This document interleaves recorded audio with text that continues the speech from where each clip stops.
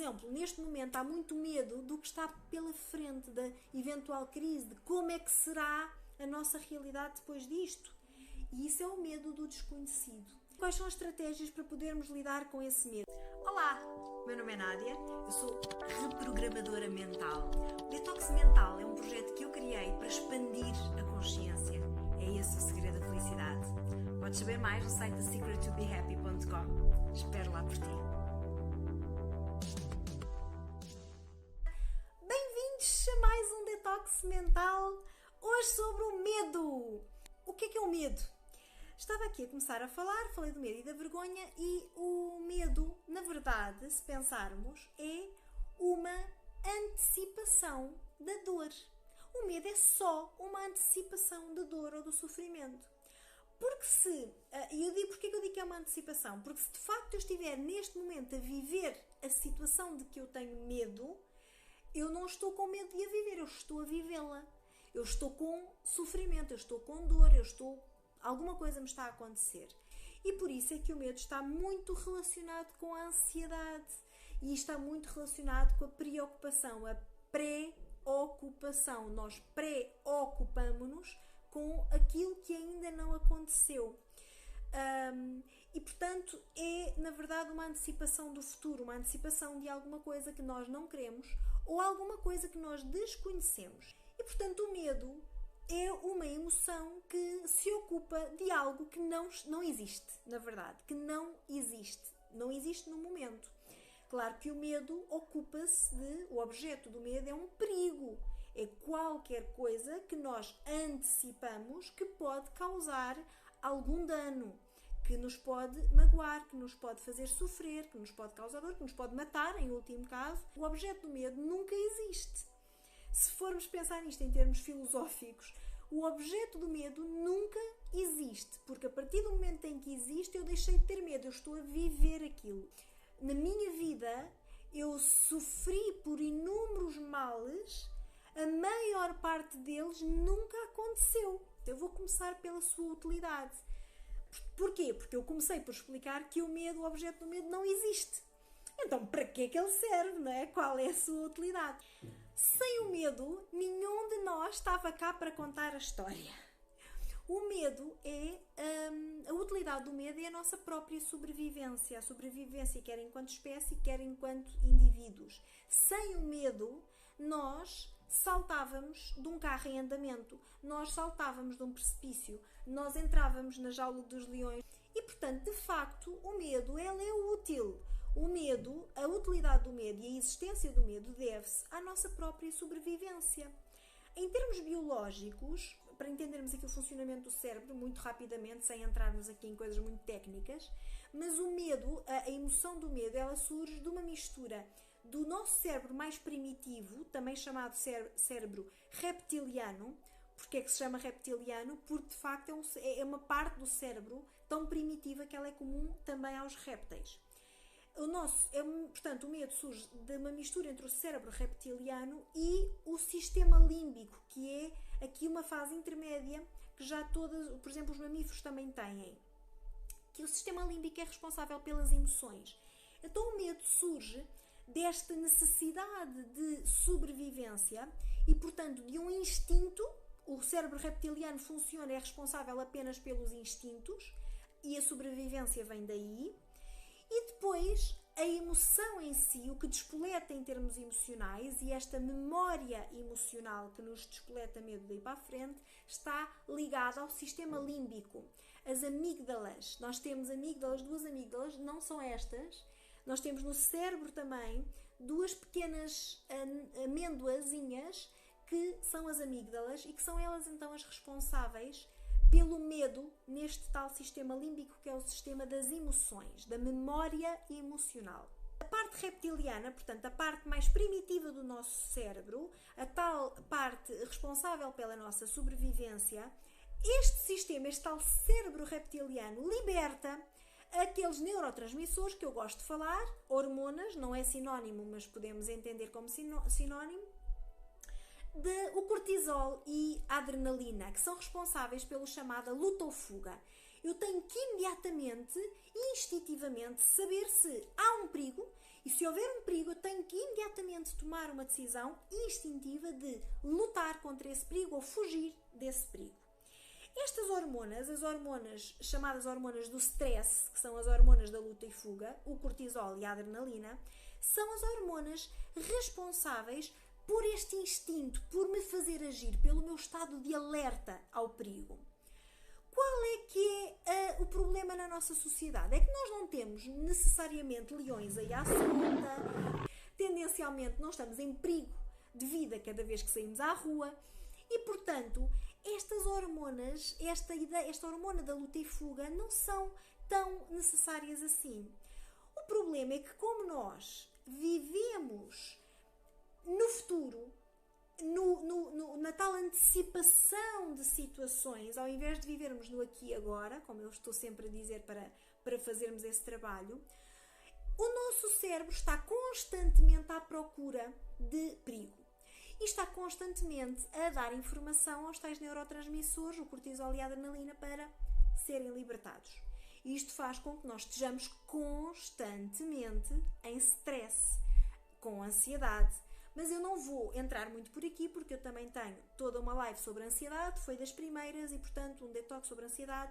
Vão ver, caso se interessem mais sobre este assunto. Então, esta é a verdade, a utilidade do medo. A utilidade do medo é manter-nos vivos. Como eu também acabei de dizer, neste momento, atualmente, eu não tenho esta necessidade de estar constantemente em alerta. Mas depois, também como eu disse ao princípio, o medo não está só ligado a este estado instintivo, ele não surge só do tal cérebro reptiliano. Ele surge também do sistema límbico, da amígdala, que então está responsável pela memória emocional. Porquê que eu vos digo isto? Porque quando nos acontece alguma coisa que nos causa dor, que nos causa sofrimento, e eventualmente o nosso sistema límbico, se estiver a funcionar bem, ele vai gravar aquela mensagem. Se, por exemplo, eu em criança, num baloiço, eu caí e esfolei-me, eu senti dor naquele momento. Eu antes, quando estava num baloiço, eu não sei se vocês também faziam isto, mas eu nos baloiços, eu dava assim um grande impulso e depois saltava para cair lá à frente, para sair do baloiço. Se isto correu sempre bem, e eu até lá nunca tive medo, está tudo bem. Se há um dia em que por algum motivo eu fiquei presa, caí mal, esfolei-me, eu senti dor e o meu sistema límbico, emocionalmente e através também deste cérebro reptiliano que me quer proteger, ele vai gravar imediatamente aquilo. O que é que ele vai gravar? Vai gravar tudo o que está na minha percepção. Vai gravar quer o salto, portanto este sentimento de salto, quer o que estava anteriormente o próprio baloiço, quer, por exemplo, o som das crianças a rirem-se, quer a voz da minha mãe que me dizia olha que cais, olha que taleijas. Tudo isto, vai gravar tudo isto.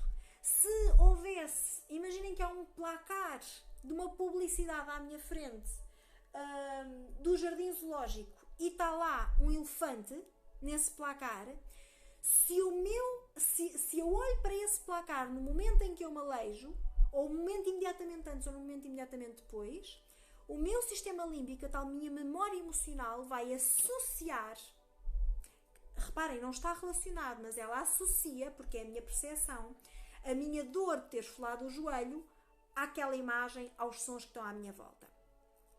O que é que isto provoca? Mais tarde, mais para a frente, e isto pode ter acontecido, imagina, eu tinha 2 anos, eu tinha 3 anos, e eu começo a ter um medo inexplicável, um pavor de elefantes. Como há pessoas que têm um medo inexplicável de água, como há pessoas que têm um medo inexplicável de freiras, como há pessoas que têm um medo inexplicável. E pode estar relacionado com medos, quer da nossa infância, que nós não nos lembramos, e que, mais uma vez, o elefante nada tinha a ver com eu cair no baloiço. Por um mero acaso havia um placar e ele estava no meu campo de visão. E eles relacionam. O meu sistema límbico vai associar à tal memória emocional. Naquele momento aconteceu-me aquilo, houve um tal estímulo emocional que faz com que ele grave tudo o que está à minha volta. Sons. Se eu ouvi uma música, isto certamente também já vos aconteceu, cheiros, né? Um perfume de alguém traz-nos uma emoção ligada àquilo que vivemos com essa pessoa. Uma música, se eu ouço neste momento uma música que eu ouvi no momento em que eu estava muito feliz há anos atrás, ou um momento em que eu estava muito triste há anos atrás, eu vou trazer, se eu ouvir esta música, vai trazer tanto essa alegria como essa tristeza. E o medo, a mesma coisa, porque é a tal memória emocional que eu vos falava. Se alguma coisa me meteu medo naquele momento, qualquer estímulo relacionado vai me meter medo agora. Como é que nós podemos ultrapassar isto? Como é que se pode ultrapassar o medo? Há uma frase muito interessante que normalmente é associada a Nelson Mandela, mas na verdade a frase originária veio de Mark Twain, que é a coragem não é a ausência do medo. A coragem é a resistência ao medo. Nelson Mandela dizia que a coragem é o triunfo do medo. Porque quem não sente medo, e há condições de pessoas que não sentem medo, condições de pessoas que têm de facto um problema nas amígdalas e portanto não sentem medo, o que também é perigoso, porque eu posso atravessar a rua e não olhar para o lado, eu posso estar a ser assaltada e não agir conforme seria suposto, portanto o medo, como eu vos disse, é útil, mas eu não seria corajosa. Se eu não sinto medo de alguma coisa, eu não sou corajosa. Eu, na verdade, eu não sinto, eu não sei, eu não estou limitada por esse medo. A coragem é a resistência a essa limitação, é o triunfo sobre essa limitação. Isso sim é que me faz crescer enquanto pessoa. Mas na verdade é isso, é termos a capacidade de o confrontar, de o enfrentar e de triunfar, de vencer o medo. Como é que nós podemos fazê-lo? Muitas vezes o nosso medo é um medo irracional, lá está, é um medo ligado a, como eu já vos expliquei, é uma antecipação e portanto nós estamos só a pensar em algo que provavelmente não vai acontecer, ou pode não acontecer, mas muitas vezes mais do que antecipar alguma coisa em concreto que pode vir ou não a acontecer, é anteciparmos o que não sabemos, anteciparmos o desconhecido. Por exemplo, neste momento há muito medo do que está pela frente, da eventual crise, de como é que será a nossa realidade depois disto. E isso é o medo do desconhecido.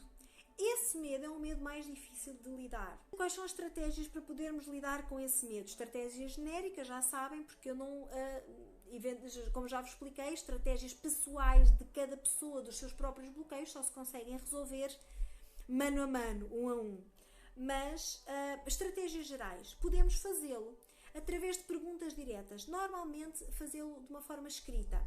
Uma das perguntas que eu posso fazer é, quando eu sinto medo de alguma coisa, é perguntar o que é o pior que pode acontecer. E eu escrever o que é o pior que pode acontecer. Nas situações que eu estou a antecipar, o pior que pode acontecer, qual é o pior que pode acontecer? No trabalho eu posso ser despedida.